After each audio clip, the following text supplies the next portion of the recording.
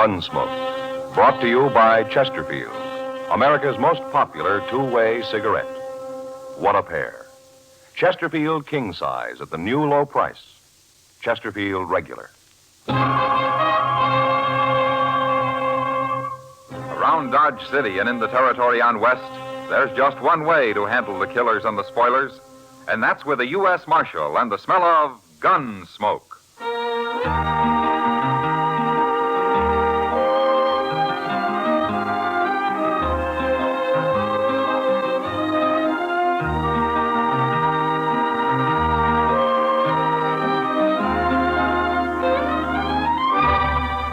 Gunsmoke, starring William Conrad, the transcribed story of the violence that moved west with young America, and the story of a man who moved with it. I'm that man, Matt Dillon, United States Marshal. The first man they look for and the last they want to meet. It's a chancy job, and it makes a man watchful and a little lonely.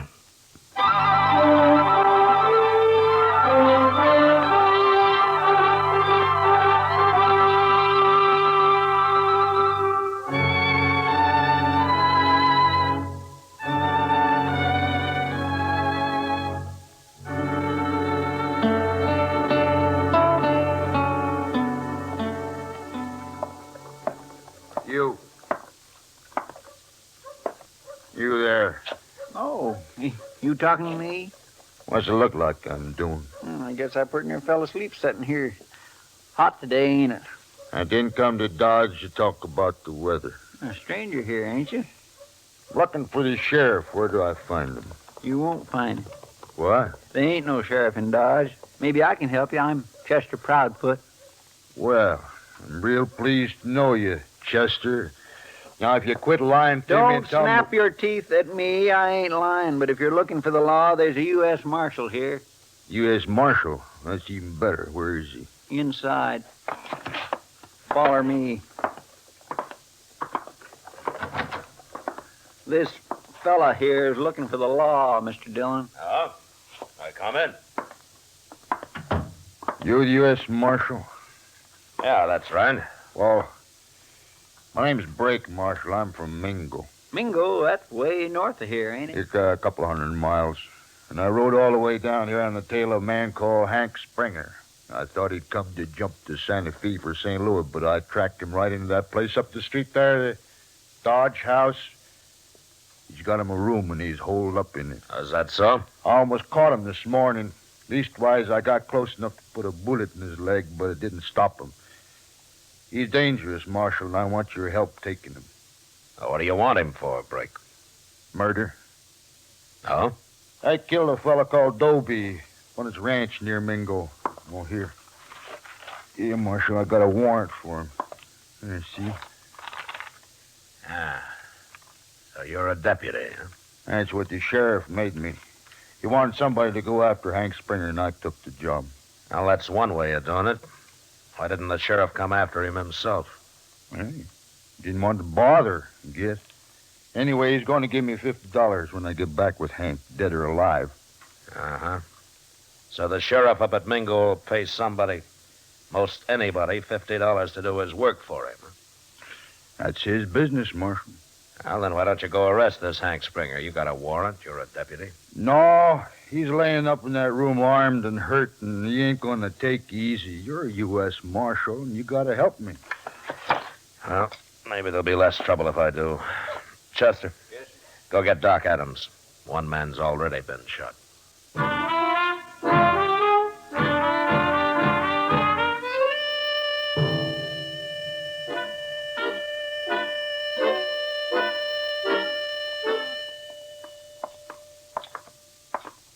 What room's he in, Brake? Second door down there. 14. Doc, I'm here, Matt. you better stay where you are. We won't need you till the shooting's over. I'll wait. You stay back, too, huh, Chester? Yes, sir.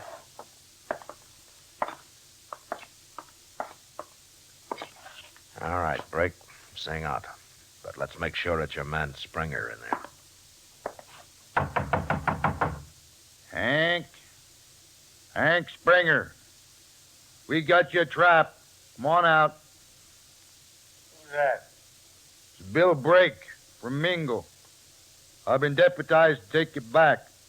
What for, Brake? You know darn well what for. For murdering Dobie. I didn't murder Dobie, nor no one else. Then why'd you run? Heard the sheriff was trying to stick me with it. You go away and leave me alone, or I will kill somebody. Wait a minute, Brake. Springer, this is Matt Dillon. I'm a U.S. Marshal. I want to talk to you. Marshal, huh? What are you doing there? Well, I brought a doctor along to take that bullet out of your leg as soon as you open this door. No. Don't you try opening that door neither. Listen to me. Fighting the law won't help you. But if you didn't kill Dobie, all you have to do is go back and prove where you were when it happened. I didn't kill him, Marshal. I swear I didn't. Oh, that lie. Shut up, Brake. Springer, if you didn't do it, stop acting like you did. Nothing's going to happen to you if you're innocent. They can't hang you without you proving you did it. Well, maybe you're right, Marshal. Of course I'm right. One thing, though, I won't go back in no handcuffs. What? I won't go back in handcuffs. There's a warrant out for you. You're going back under arrest. Not in handcuffs, not like no chained-up dog. That's the one thing I couldn't stand. I'll die fighting first. Brake, you can take this man back without handcuffing him, can't you? Well, sure. Sure, I can. Springer, Brake says he won't handcuff you. Let's hear him say it. Well, all right, tell him, Brake. I won't handcuff you, Hank. That's a promise. That's a promise. You swear? I give you my word. Well, you say you got a doctor with you, Marshal. He's standing right here, Springer. Okay. All right, Springer, put your hands out that door empty. I ain't gonna fight, Marshal. Hold your gun on him, Marshal. He might try something Get yet. out of the way, Brake. Okay. Now take your gun, Springer. Yes, sir, sure, Marshal. All right, now go lie down on the bed. Yeah. Doc, come on in here, huh? Coming, Matt.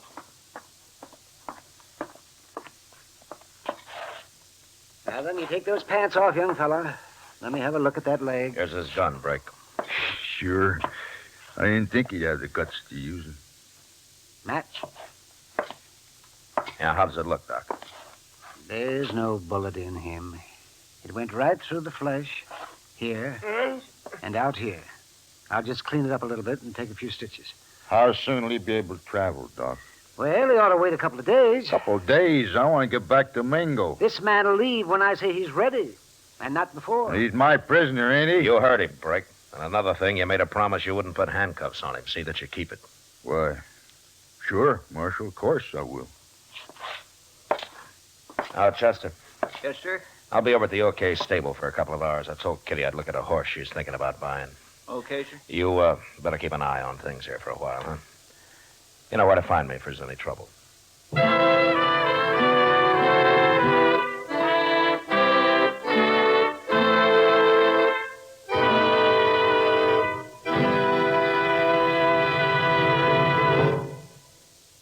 Almost 100 years ago, Charles Kingsley wrote that tobacco is a lone man's companion, a bachelor's friend, a hungry man's food, a sad man's cordial, a wakeful man's sleep, and a chilly man's fire. These words describe what Chesterfield means to millions of smokers today. You and I smoke for relaxation, for comfort, for satisfaction. And in the whole wide world, no cigarette satisfies like a Chesterfield. Only Chesterfield has the right combination of the world's best tobaccos. Highest in quality, low in nicotine. Best for you. Buy 'em king size at the new low price or regular. Get a carton of Chesterfields today.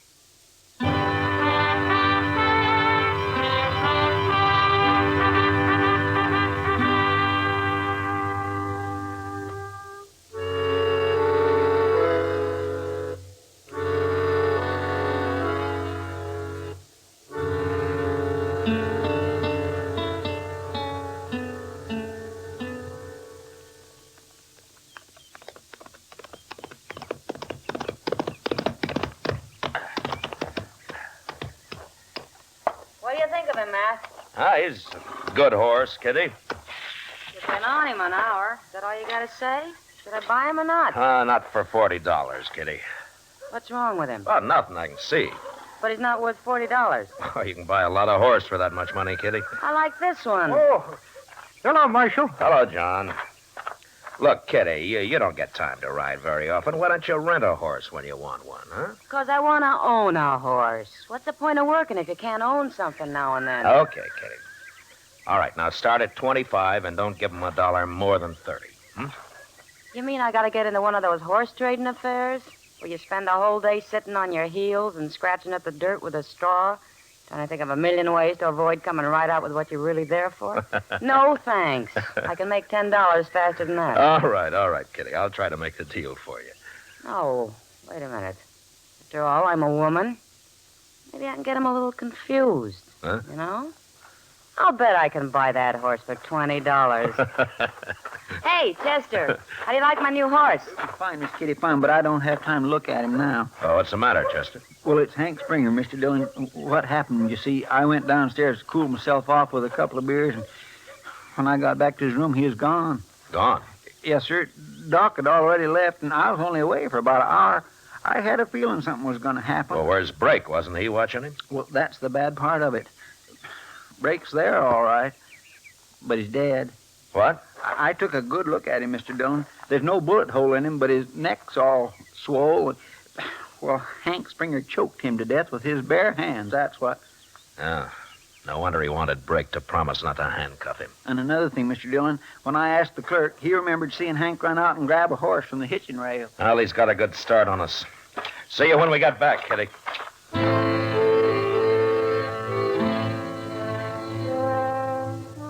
There was no way of telling how good a horse Hank Springer had stolen from the hitching rail, but Chester and I had mounts that we'd trained for this sort of a ride. And about dusk, the sign on his trail told us that we were getting closer to him. It was just after dark when we spotted a campfire in a cottonwood grove. We slowed down as we rode up to it. Hey, those trees would make an awful good ambush, Mr. Dillon. Yeah. I don't see nobody around that fire. Let's spread out a little, Chester. Okay, sir.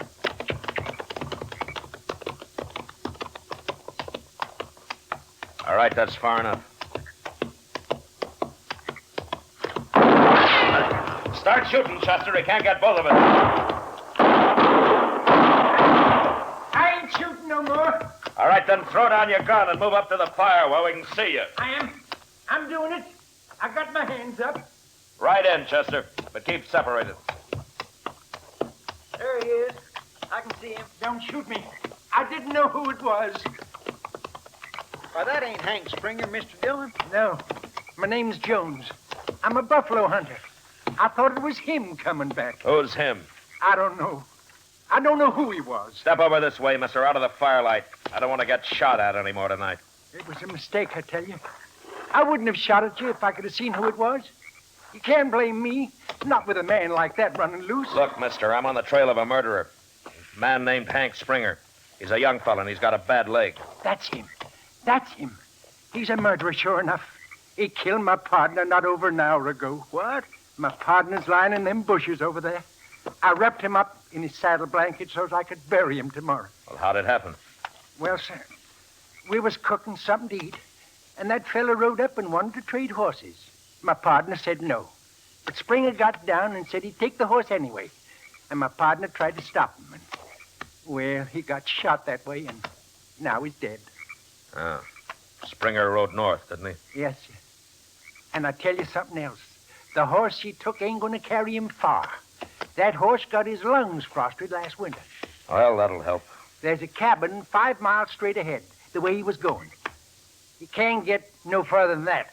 All them people got there is a balky old mule. Good. I'm sorry about your partner, mister, but we'll try to catch Springer before he kills anybody else. Come on, Chester.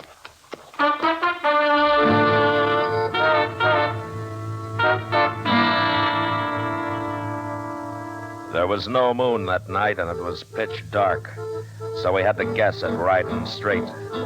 But we managed pretty well. And in about an hour, we saw the lights of a cabin off to our left. We rode over, left our horses 100 yards from it, and then went the rest of the way on foot. We could hear voices inside, so we sneaked up to the window. I'm telling you, lady, I can't wait much longer. Are you sure you ain't lying to me? It's Hank Springer, Mr. There ain't Dillon. no It's him right reason now. why I should lie to you. My husband should have been back before this. But it won't do you no good when he does come. You won't get far on that mule of ours. Why, what's wrong with your mule? Nothing. Except for being ornery and stubborn. I'll get him over that fast enough. You can have the mule, mister. I don't care about that. But don't hurt my husband, please. Lady, I don't want to hurt nobody. Listen, they get in my way like some has done lately. You're an outlaw, ain't you? Never you mind. Look, when your husband walks in here, just don't you give me away. All I ask you is you don't shoot him. Chester, I won't shoot him come unless over he here. starts it. But I ain't going to get shot neither. We better do something quick before her husband gets back, Mr. Dillon. Look, I got an idea, Chester, and if that woman's at all smart, it might work. What? You get out there in front of the cabin, but far enough away so nobody can see you. And then you yell for her. Yell for her? Pretend you're her husband. Tell her to come out and give you a hand with a mule. Yeah, but what'll I call her? I don't know her name. Call her wife or woman, anything like that. It doesn't matter. She'll know it isn't her husband. Where'll you be at? Flat against the wall by the front door. He won't trust her to come out alone. And when he comes out, I'll take him. All right, get going now. Okay.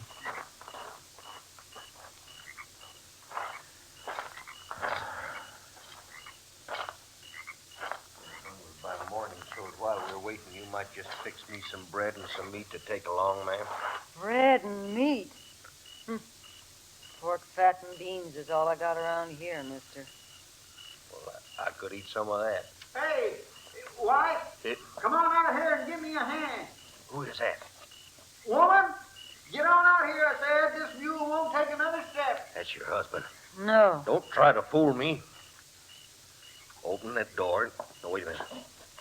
Put the light out first. All right, now open it, or else you'll think something's wrong. What is taking you so long? I gotta sit out here all night? Well, answer him. I'm coming, Jack. Now go on. I'll walk right behind you. Go on now. All right.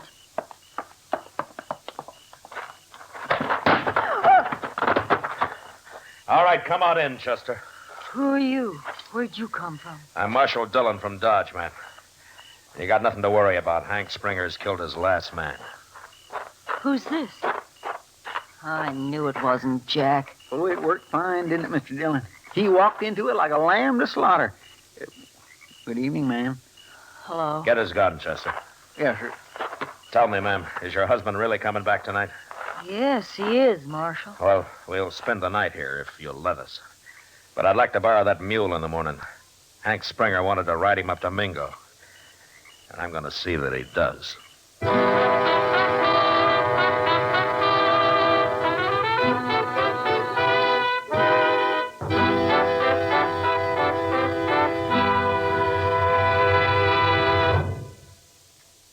There are more than 60 million cigarette smokers in America who smoke many brands. In choosing your cigarette, be sure to remember this. You will like Chesterfield best because only Chesterfield has the right combination of the world's best tobaccos. Highest in quality, low in nicotine. Best for you. You and I smoke for relaxation, for comfort, for satisfaction. And in the whole wide world, no cigarette satisfies like a Chesterfield. Yes, you'll get the greatest possible pleasure from a cigarette when you choose Chesterfield, the right combination of the world's best tobaccos. Highest in quality, low in nicotine. Therefore, best for you. Buy 'em king size at the new low price or regular. Get a carton of Chesterfields today.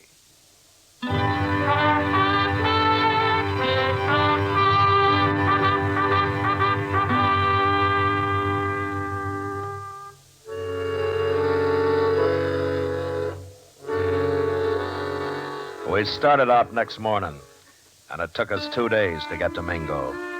But not so much because of the mule as because of Hank Springer's leg. I was willing to stop and let him ease it for a day or so, but he said no. He'd rather get the ride over with. Beyond that, however, he didn't say anything until we rode into town. Mingo was a small place and out of the way of the cattle trails, so it was as quiet and peaceful as any frontier town could be. There's the sheriff's office across the street. Okay. Well, no use to stop there, though. Why not? Sheriff don't use it much.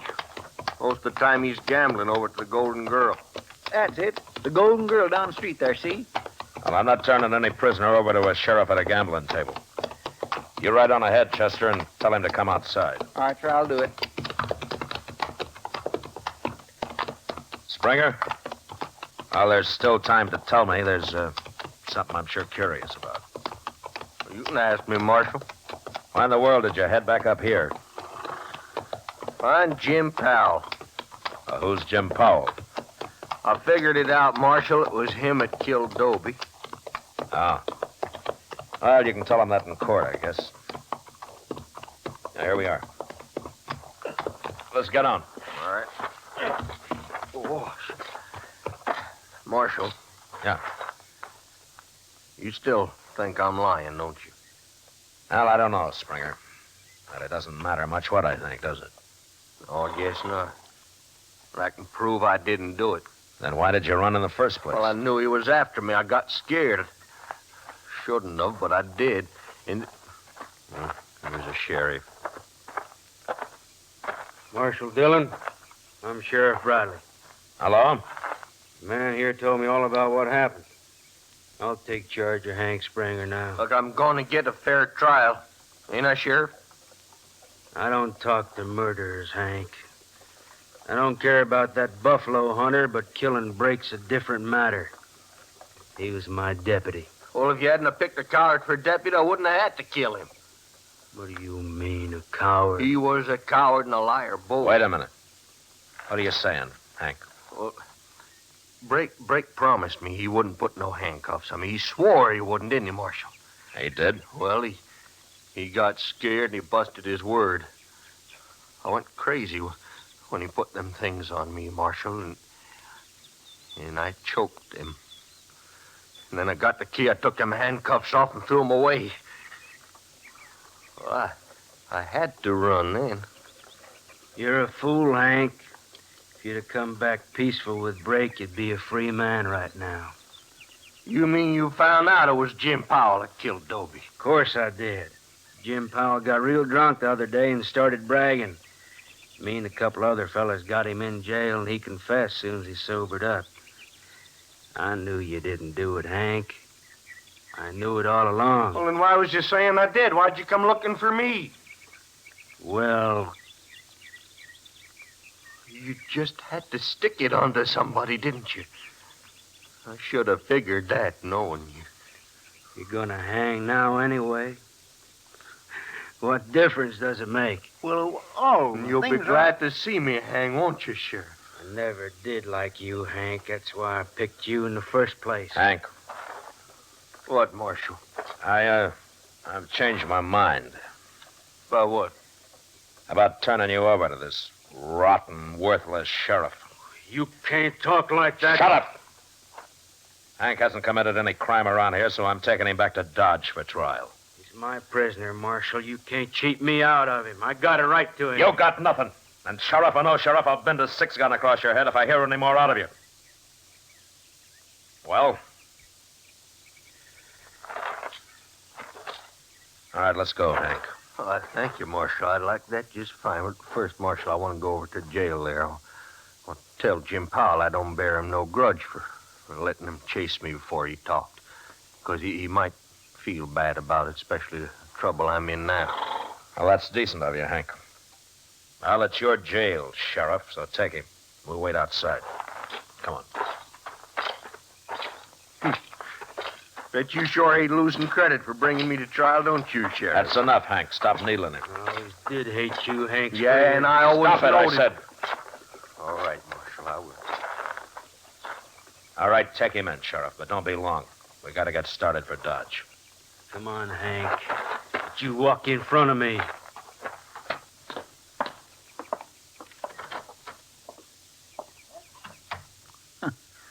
Mr. Dillon, a sheriff like that makes a man kind of ashamed, don't it? I mean, it makes people think the law don't amount to much. Yeah, the law's bigger than any one man, Chester. Yes, sir, I guess so. What? Hey, that come from the jail. Yeah, it sure did.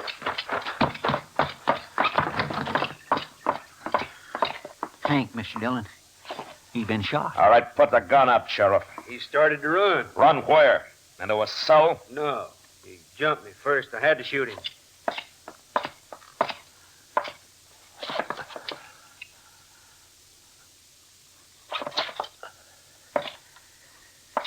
Well, he's dead. It was his idea coming in here and trying to get away. He wanted my gun. So he jumped you, huh? He swung around, grabbed for my gun. I had to shoot him. In the back? I don't know where I shot him, Marshal. What difference does it make?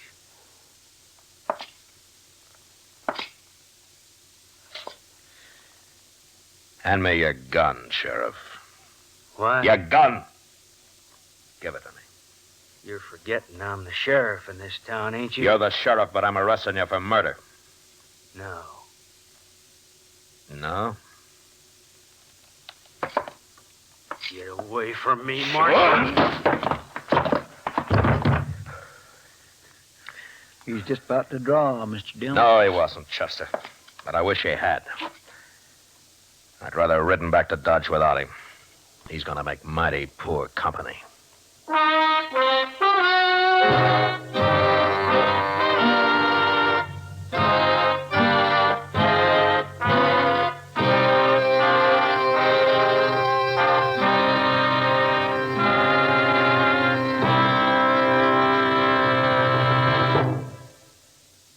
L&M goes king size. Yes, L&M goes king size.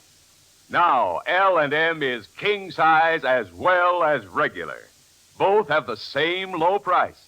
Both have the miracle tip for the effective filtration you need. Yes, it's the filter that counts, and L&M has the best. You get much more flavor, much less nicotine, a light and mild smoke. Yes, this is it. L&M filters, just what the doctor ordered. Buy a carton, king size or regular, both at the same low price. L&M filters, America's highest quality and best filter tip cigarette.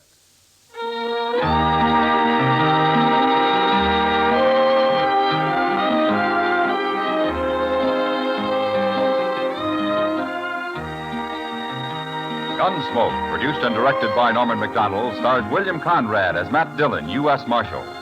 Tonight's story was specially written for Gunsmoke by John Meston, with music composed and conducted by Rex Corey. Featured in the cast were Lawrence Dobkin, Jack Crucian, John Daner, Joe Forte, and Irene Tedrow. Harley Bear as Chester, Howard McNear as Doc, and Georgia Ellis as Kitty.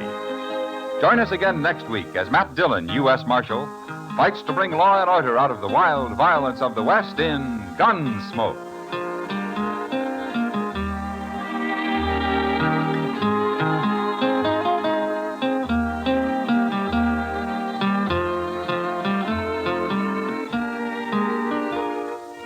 Remember, next week at this same time, Chesterfield will bring you another transcribed story of the Western frontier on Gunsmoke. This is the CBS Radio Network.